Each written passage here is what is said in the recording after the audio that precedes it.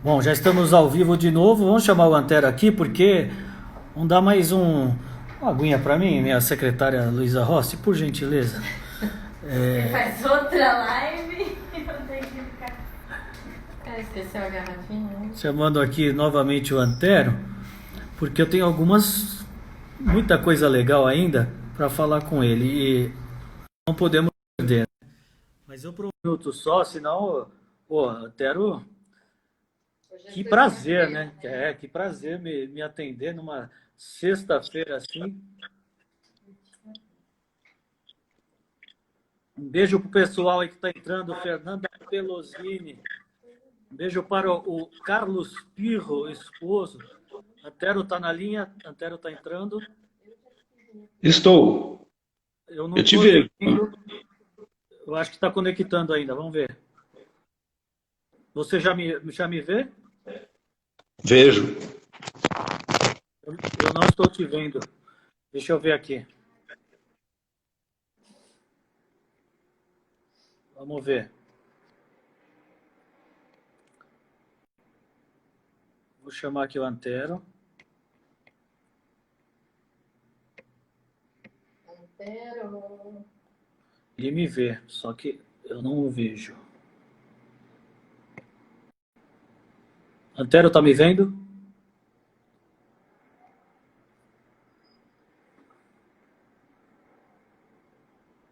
Aguardando.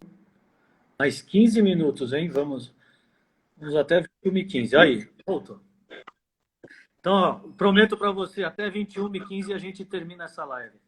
Tá bom. Eu quero continuar esse papo, que está muito gostoso. Eu queria saber um pouquinho mais. A gente falou muito do Estadão também, da tua época repórter. Aí, eu vou voltar ainda nessa parte, porque eu quero que você fale sobre a Copa de 82, que eu sei que você está lá.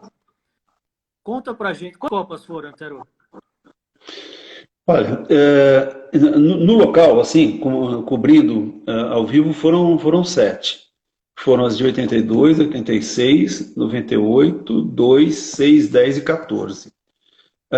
Agora, cobrindo também, de alguma forma, na retaguarda, tem mais. Acho que são mais cinco, vamos lá. 90, 94, 90 na Agência Estado, 94 no Diário Popular. Não, foram mais. Ih, agora deu branco. 90, 94. Não, e agora, 2018, a Copa da Rússia. Então vamos lá: 82, 86, 90, 94, 98, 2002, 6, 10, 14 e 18. Então foram 10. É isso? Pulei alguma? Isso. 82, Não, 86, 90, 94. eu estava esquecendo de uma. 78. 78. 78. 78. 78 já estava em jornal. Já, assim, por uns meses eu não fui para a Argentina. Então foram quatro aqui na retaguarda e cinco na linha de frente. Essa Copa. 74 eu já estava no Estadão, mas essa eu não conto porque eu ainda era revisor, então não tinha nada a ver com a redação. Até eu fiz a live com o Zé Sérgio segunda-feira. Que história do Zé Sérgio. Ele contando 78 que ele não entrou e nem ficou no banco em nenhum jogo, né? E ele. E aí eu perguntei ao Zé, mas me fala, pô, onde você viu aquele em Rosário, Brasil e Argentina? Ele falou que eles não conseguiam nem ver o campo. Eles estavam atrás de uma placa. Imagina isso, daquela pressão. É verdade. Agora me deu branco, 82 ele estava, nossa, eu estava Não, lá, não, nem lembro dele. 82 ele não foi. Não foi, não Não, foi. 78. É. Era o Éder e o Dirceuzinho, o falecido Dirceu, Disputou o que era Mundialito, foi na destaque no esquerda. Ele disputou Mundialito. o Mundialito. O Mundialito eu estava, eu fui Você nesse foi? Mundialito. Fui cobrir o Mundialito. Assim, eu era da turma de Estadão, era mais novo. Olha só os caras que estavam lá. Tinha Tuca Pereira de Queiroz, um jornalista, era pai da Manu Pereira de Queiroz, que trabalhou com a gente na Maravilhosa. ESPN. É. Conheci o pai dela também. Isso.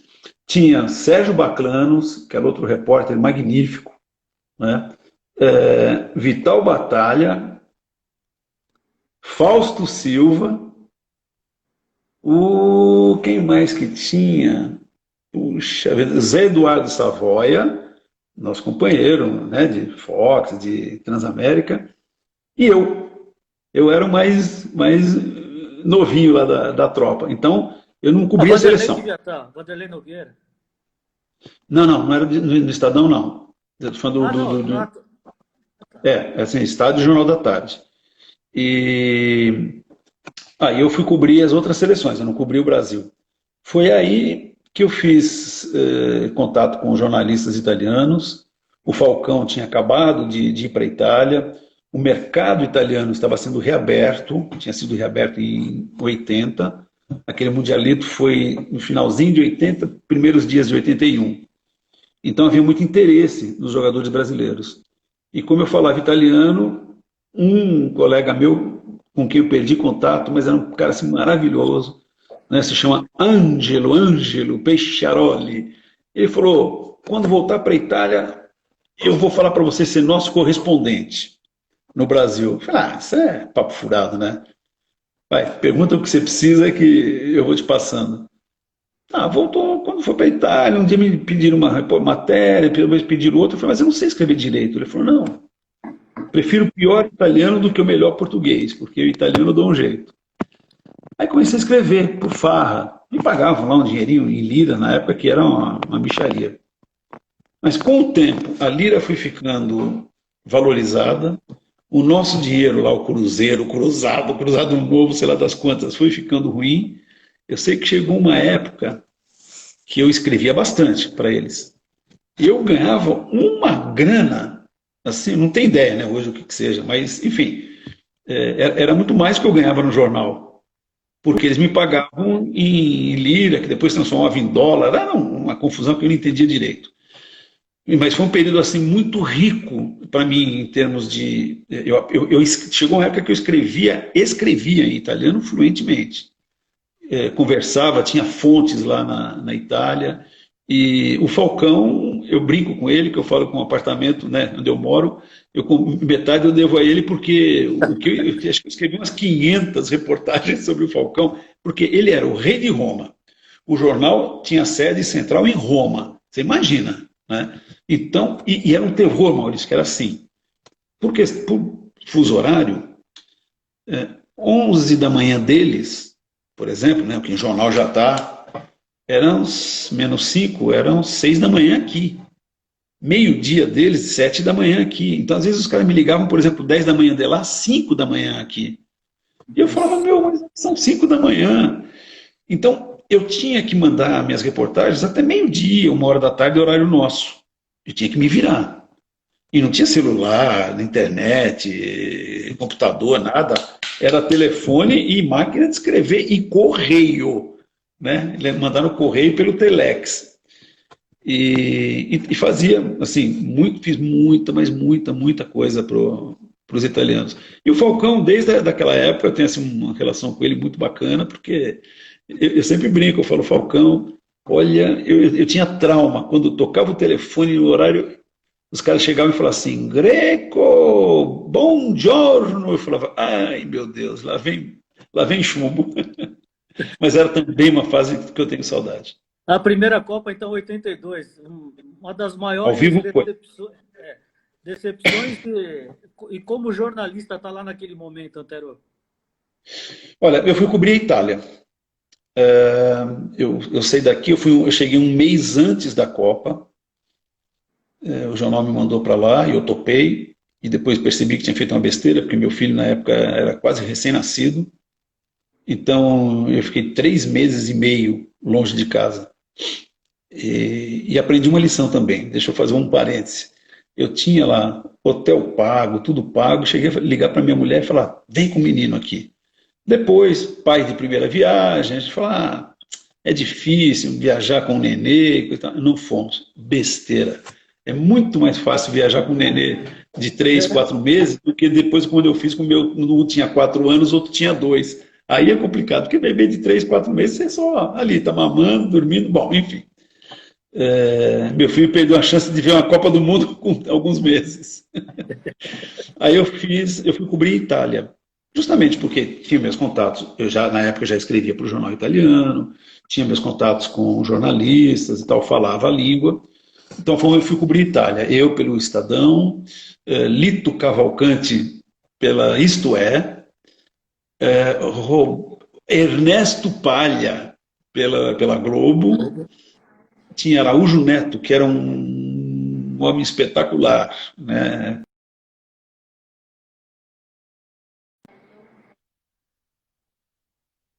27 anos, o Araújo devia ter já uns seus 60, então era um senhor. Mas tratava assim a gente de igual para igual. Você imagina, um moleque ser tratado por um cara que era um gigante, né? Então foi uma coisa que me marcou muito. Por isso que hoje eu acho que a gente tem que tratar bem todos. Ah, e Márcio Bernardes pela Rádio Globo. Então nós fomos cobrir a Itália. E o Márcio danado, ele conseguiu várias camisas dos jogadores italianos e eu nunca consegui nenhuma nem pedir. E aquela camisa bonita, né? Era um ambiente pesado, Itália, não falavam com a imprensa, nada. O time na primeira fase foi um horror, né? Empatou com Camarões, Peru e Polônia. Aí depois foi se acertando, foi seguindo, aí quando a Itália eliminou o Brasil, a gente desmontou uma parte da nossa equipe, lá do Estadão. Então me perguntaram, Antero, você já está 2 meses, quer voltar? Falei, de jeito nenhum. Falei, pô, vim 1 mês antes, fiquei sozinho, gramei, cobri a Itália está chegando, falei, eu vou até o fim. Eu vou com a Itália até onde der.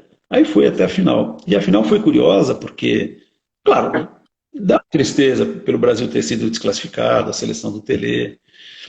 Fiz o jogo semifinal Itália e Polônia ali meio com uma vontade. Na final, eu estava no hotel do lado do Bernabéu. Começaram a chegar os italianos, aquele ambiente de final de Copa do Mundo. No dia da final entrei, eu vi assim o estádio, acho que tinha uns 80% de italianos. Entraram os times, começou a tocar o hino, eu falei, quer saber de uma coisa? Eu sou tricampeão com o Brasil, você agora tricampeão com a Itália. E vamos em frente. Lógico. Mas assim, como cobertura, como aprendizado profissional, para mim aquela Copa foi a mais marcante, a mais significante. Porque eu tive de me virar sozinho, cobrindo um grupo de seleções estrangeiras, com dificuldade para passar material. O Brasil jogava na primeira fase sempre no mesmo dia que a Itália, só que no segundo horário. E eu me lembro direitinho, eu tinha que fazer o jogo da Itália, entrevistas, zona mista, para falar com os jogadores, aí ia para o centro de imprensa escrever. Isso já 2 horas depois do jogo. Só que, a essa altura, já começava o jogo do Brasil. E as TVs ficavam ligadas no centro de imprensa. E eu me distraía um pouco, tentava escrever, e olha que maluquice. Chegava 10 horas de lá, os caras fechavam o centro de imprensa. Então eu tinha que ser muito ágil, muito assim.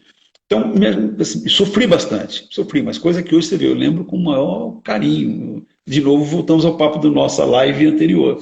É a vida de repórter, né? Tinha um sofrimento, mas tinha o prazer de estar acompanhando, de vendo fatos importantes. Tero, agora para a gente finalizar, queria que você falasse da ESPN e do teu convívio com o nosso amigão Paulo Soares, esse cara maravilhoso também que é. Fala para a gente sobre esse entrosamento. Olha, o amigão, eu já conheci ele há muito tempo, vejo, nós bateu na trave a nossa parceria começar em 90 na Copa da Itália. O Edson Scatamaca, querido amigo, desde os tempos do Jornal da Tarde, ele era coordenador na Rádio Record, a equipe do Osmar Santos. E junto com o Osmar, me convidou para... eu tinha saído, a época que eu tinha saído do Estadão, em 89, eu estava na Agência Estado e tal, ele tinha me convidado para comentar a Copa da Itália pela Rádio Record. Nossa, eu fiquei assim, super feliz. Tudo acertado para ir, aí veio o plano Collor.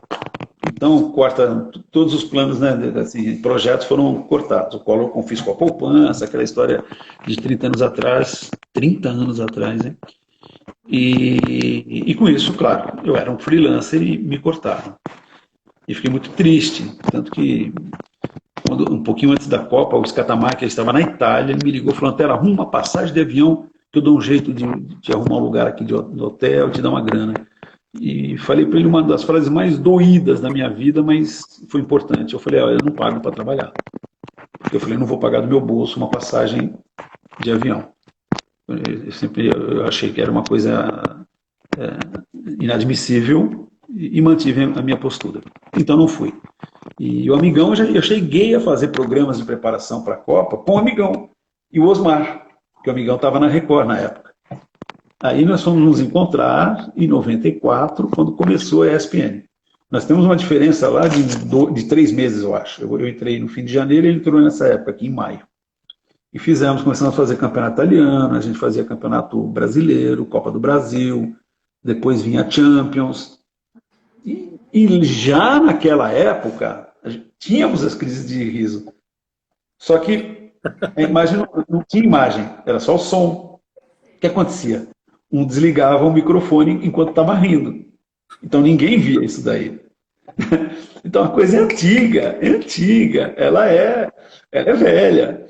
E a minha ida para a ESPN se deu porque o Trajano trabalhava na Cultura, fazia questão verde, e a Cultura não queria que ele aparecesse comentando também em outro canal. Então deu um ultimato para ele, falou, aqui ou ali, estou lá. E ele falou, é lá. Então eu ia sair da TV Cultura, o Laércio Roma, que então era diretor lá na Cultura, me chamou para ficar no lugar do Trajano no Cartão Verde. Eu falei, nossa, que bacana, Armando Nogueira, Flávio Prado, essas feras aí. Eu falei, topo. Só que o convite foi feito no dia seguinte foi retirado, porque o Trajano se acertou com o pessoal da Cultura e ficou combinado que ele na Cultura continuaria fazendo o Cartão Verde e na ESPN seria apenas o diretor de jornalismo. Então o Laércio falou assim, vai falar com o Trajano. Fui falar com o Trajano falou, mas você ia me substituir lá na Cultura, então você vai me substituir aqui na ESPN. Estou fazendo, na ESPN não, TVA Esportes. TVA. Eu estou fazendo um grupo de jornalistas, eu quero jornalistas aqui. E então éramos eu, o Prieto, o Calçade como repórter e o Gilvan Ribeiro como repórter. Aí começou a aventura na TVA Esportes, depois a ESPN Brasil, e continuo lá até hoje. E com o Amigão, fizemos Copa da África, campeonato alemão durante muito tempo, e muitas risadas que não apareciam no ar. Até que fomos cair no Sport Center, eu de volta para o Estadão, só podia ir à noite na TV, ele também, acho que na época, fazendo alguma coisa na Bandeirantes, tinha a noite livre, então juntou, nós dois fomos fazer o Sport Center. E aí a gente teve um primeiro episódio de risada, uma matéria engraçada que foi feita no interior. Quando voltou para nós, a gente estava com crise de riso, acabou o programa, falei para ele, dançamos, né? Dessa aqui já vamos embora. E ligo o Trajano pro pessoal. Pô, ficou muito engraçado, ficou espontâneo. Olha, isso aí. Aí deu no que deu isso aqui hoje. Porém, com uma coisa, nunca algo combinado. Olha, vamos fazer tal coisa para dar risada. Não, vem espontaneamente, a gente ri. Como também teve muitos episódios em que a gente se emocionou, que a gente ficou triste, que a gente ficou indignado, em que a gente chorou no ar, né? Por exemplo, o acidente da Chapecoense, o acidente no Ninho do Urubu, recentemente a morte do nosso querido amigo Volpe. Então, são reações que a gente passa para o público porque são nossas, são espontâneas. Você pode até discutir, mas você tem que ser mais frio ou mais sóbrio. Ok, podemos passar aqui mais 10 lives falando a respeito disso. Mas dentro do espírito que nós fazemos, o que fazemos no Sport Center, nós sempre tivemos a liberdade para as risadas, para opiniões fortes e também para a emoção. E a parceria deu certo. Você já conseguiu trazer ele aqui, né? Já ainda conseguiu. Não, porque ele falou que está na fazenda, está muito ruim o sinal lá. Ele tá enrolando, precisa trazer ele, sim. Mas, Maurício, foi legal, foi um papo foi muito gostoso. Se quiser me chamar outra vez, a gente continua. Com certeza. Tanto que nós fizemos com prorrogação. Eu vou te chamar de novo, com certeza, só para finalizar. Depois do Pelé, quem foi o melhor que você viu? Que eu vi? Um só, hein? Então eu vou falar quem é meu ídolo de infância, Ademir da Guia, o Divino. Eu sabia. Sacana. Antero, obrigado, viu? Depois, então, qualquer hora a gente vai fazer uma nova, hein? Tá bom, eu faço com você. Tchau. Saúde aí. Obrigado. Beijo Muito obrigado. Beijo. para você, para quem acompanhou a gente aí. Valeu. Tchau, tchau. Valeu. Tchau.